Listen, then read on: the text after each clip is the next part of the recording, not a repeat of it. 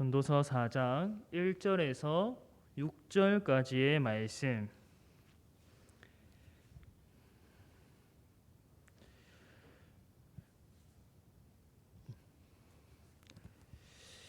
다 찾으신 줄 알고 제가 봉독하겠습니다.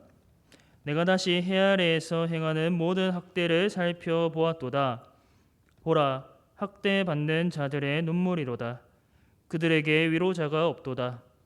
그들을 학대하는 자들의 손에는 권세가 있으나 그들에게는 위로자가 없도다. 그러므로 나는 아직 살아있는 산자들보다 죽은 지 오랜 죽은 자들을 더 복되다 하였으며 이 둘보다 아직 출생하지 아니하여 해 아래에서 행하는 악한 일을 보지 못한 자가 더 복되다 하였노라. 내가 또 본즉 사람이 모든 수고와 모든 재주로 말미암아 이웃에게 시기를 받으니 이것도 헛되어 바람을 잡는 것이로다. 우매자는 팔짱을 끼고 있으면서 자기의 몸만 축내는도다. 두 손에 가득하고 수고하며 바람을 잡는 것보다 한 손에만 가득하고 평온함이 더 나으니라. 아멘. 오늘 본문에서는 이 세상의 부조리함에 대하여 말씀하고 있습니다.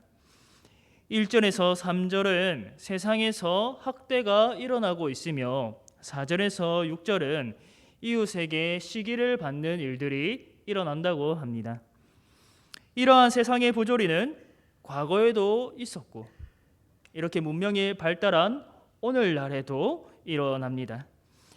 시대가 변해도 사람의 본성은 변하지 않는다는 것을 볼 수 있습니다. 전도자는 이 세상을 관찰했는데 이를 본문에서는 내가 보았다 이렇게 말하고 있습니다. 본문 1절에는 내가 해 아래에서 행하는 모든 학대를 살펴보았도다. 4절에는 내가 또 본즉 사람이 모든 수고와 모든 재주로 말미암아 이웃에게 시기를 받으니. 전도자는 세상을 보았습니다. 그리고 사람들의 모습을 보았습니다.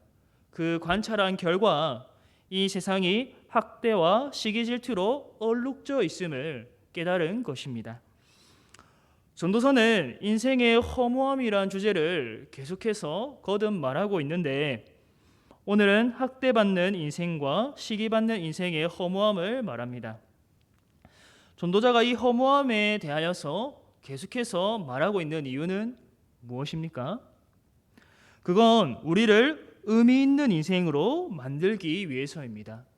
인생은 허무하니까 그냥 되는 대로 살아라. 아무 생각도 하지 말고 그냥 허무하게 살다가 죽어라. 이렇게 말하는 것이 아닙니다. 인생의 허무함을 알고 하나님의 말씀에 따라 유의미한 삶을 살라고 권면하는 것입니다. 오늘 본문 1절에서는 이렇게 말씀합니다. 내가 다시 해 아래에서 행하는 모든 학대를 살펴보았도다. 보라, 학대받는 자들의 눈물이로다. 전도자는 해 아래에서 행해지는 모든 학대를 보았다고 합니다. 여러분이 잘 아시다시피 힘이 강한 사람들은 약한 사람을 억압하고 학대하고 갈취합니다. 사람은 저마다 자기 중심성이 있습니다. 그래서 함께 배려하며 살기보다 함께 공존하며 살기보다 자기의 이익을 제일 먼저 추구합니다. 고용주가 피고용인에게 노동을 갈취하는 일이 얼마나 많이 일어나는지 모릅니다. 임금을 체불하는 일은 과거에만 있었던 것이 아니라 오늘날에도 버젓이 일어나고 있습니다. 갑을 관계가 형성되어서 갑질하는 사례는 오늘날에도 차고 넘칩니다. 힘 있는 자가 힘 없는 자를 학대하는 것은 어디서나 볼 수 있습니다. 가정에서도 형과 동생이 있으면 자연스럽게 갈등이 일어납니다. 저도 형이 있었거든요. 지금도 있습니다. 형이 있는데 어렸을 때에 한 집에 계속 살지 않습니까? 그러면 사소한 문제로 계속 다투고 싸웁니다.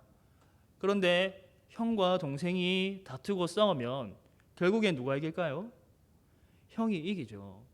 까불면 죽습니다. 네, 힘이 더 강하기 때문에 까불면 죽습니다. 여러분, 학교에서는 어떻습니까? 들어가면 자연스럽게 약육강식의 세계를 접하게 됩니다.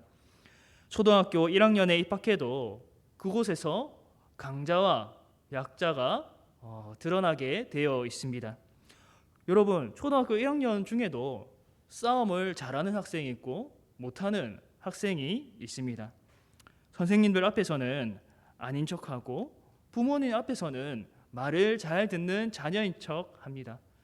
그러나 이 뒤에서는 친구들을 때리고 또 언어로 폭력하고 돈을 갈취하는 행위가 학교에서 얼마나 많이 일어나는지 모릅니다. 아이들은 이러한 악행을 숨쉬듯이 자연스럽게 습득합니다. 그리고 약한 것이 곧 나쁜 것이다. 이를 체험적으로 알게 됩니다. 군대는 또 얼마나 학대가 심한지 모릅니다. 군대는 썩은 사회의 단면을 아주 깊게 보여줍니다. 사회에 본격적으로 진출하기 전에 대부분의 남성은 군 입대를 하게 됩니다. 거기서 심각한 부조리가 일어납니다. 병장은 마치 모든 것을 할 수 있는 절대적인 존재로 떠받들어지고 이 이등병, 이런 일병, 이러한 밑에 후임들은 그냥 도구로 취급되는 인격이 전혀 없는 명령하면 그대로 따라야 하는 무슨 일이든지 뭘 시키든지 그대로 해야 되는 도구로 취급받는 일이 많이 나타납니다.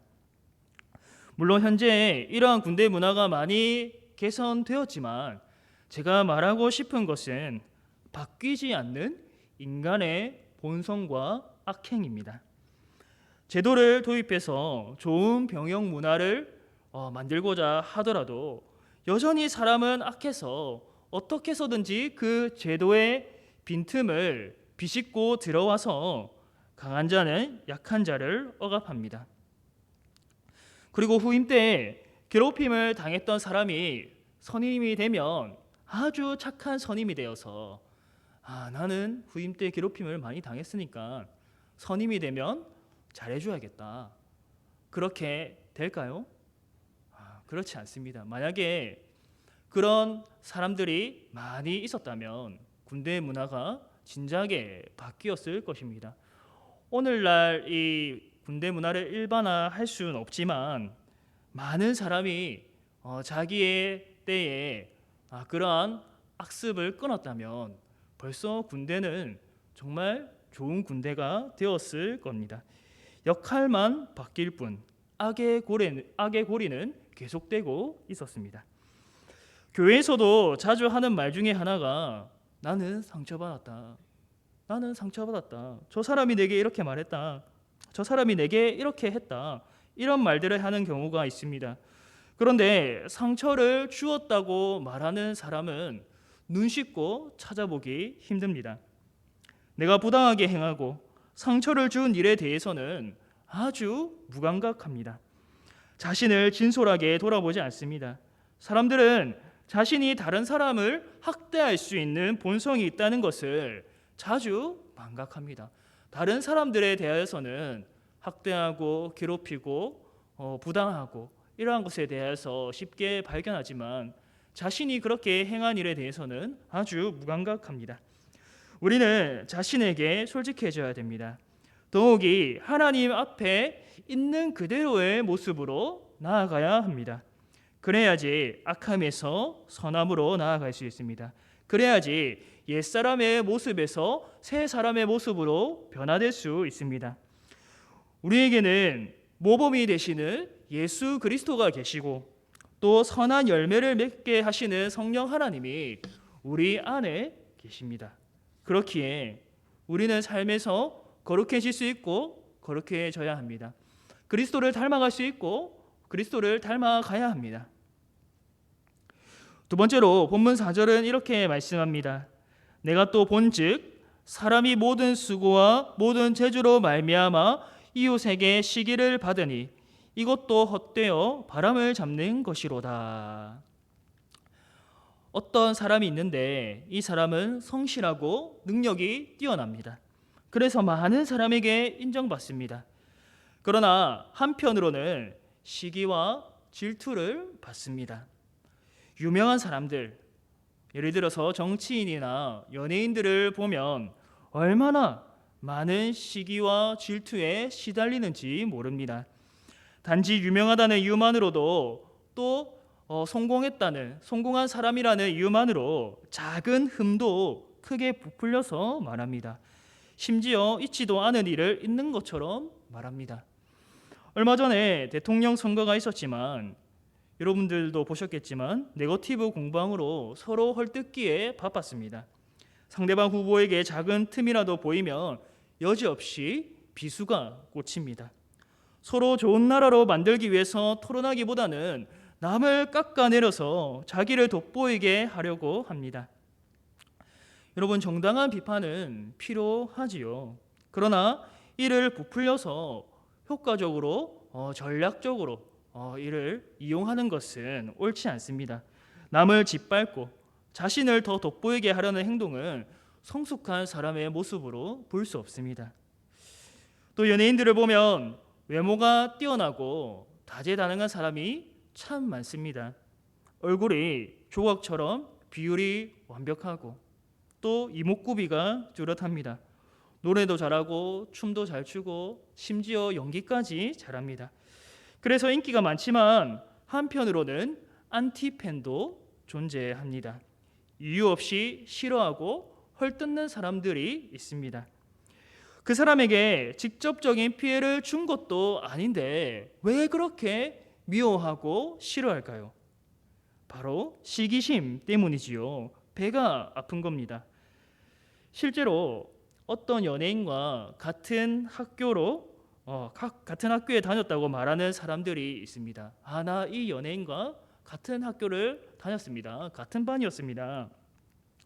그런데 이 연예인이 학창 시절 때 불량한 학생이었습니다. 일진이었습니다. 학생들을 때리고 괴롭혔다고 폭로하는 일이 최근에 좀 있었습니다.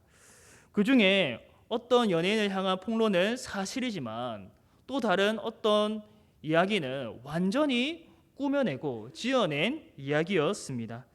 단지 자신보다 성공했고 외모가 뛰어나고 인기가 많다는 이유로 있지도 않은 일을 지어내서 그 인생을 바닥으로 끌어내리려 한 것입니다.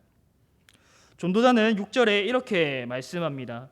두 손에 가득하고 수고하며 바람을 잡는 것보다 한 손에만 가득하고 평온함이 더 나으니라.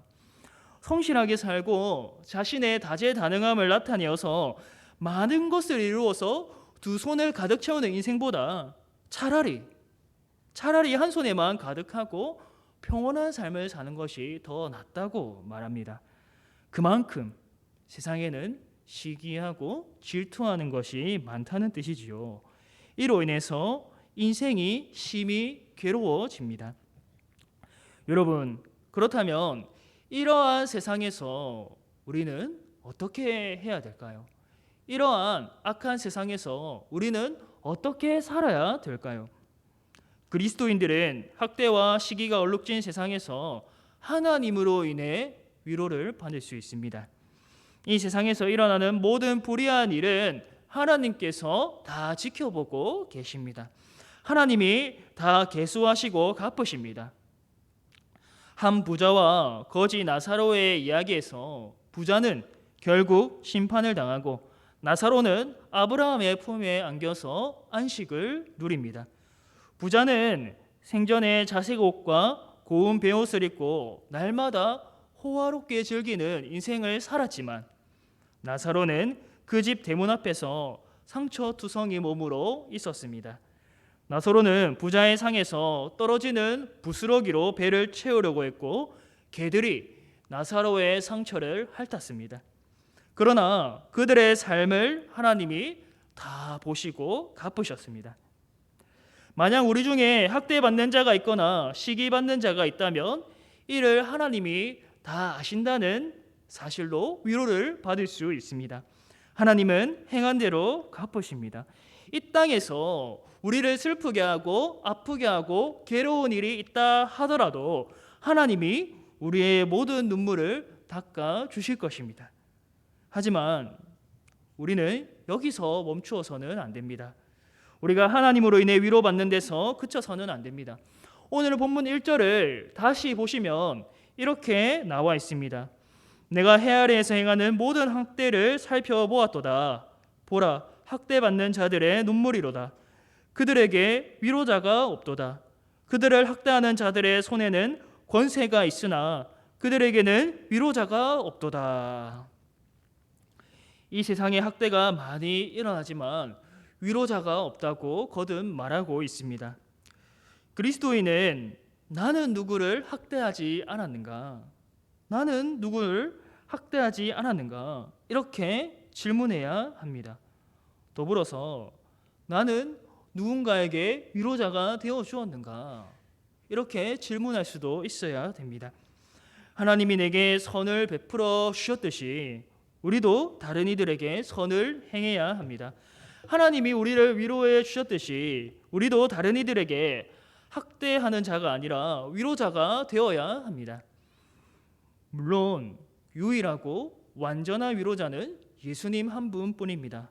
그러나 우리의 존재 자체가 세상의 소금과 빛으로 부름 받았기 때문에 그렇게 살아야 합니다.